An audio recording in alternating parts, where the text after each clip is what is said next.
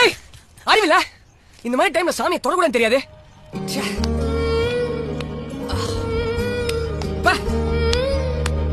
என்ன தீட்டான பொண்ணு உன்னை தொட்டுட்டாளா? தீட்டு கழியணும்னா பச்சை மாட்டு சாணியை முழுங்கணும், கோமியத்தை குடிக்கணும், இதெல்லாம் செய்யணும். பரவாயில்ல, வேணும்னா தண்ணியில் மஞ்சள் கலந்து தள்ளி திரிச்சுக்கோ, தீட்டுலாம் சரியா போயிடும். போதுமா? போயிடும்.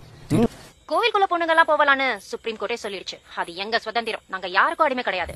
பொண்ணுங்கெல்லாம் கடைசி வரைக்கும் கிச்சன்லயே வச்சு கண்ட்ரோல் பண்ணிடலான்னு உங்களை மாதிரி ஆம்பளைங்க நினைக்கிறீங்க. நான் கண்டிப்பா கோவிலுக்கு போவேன்.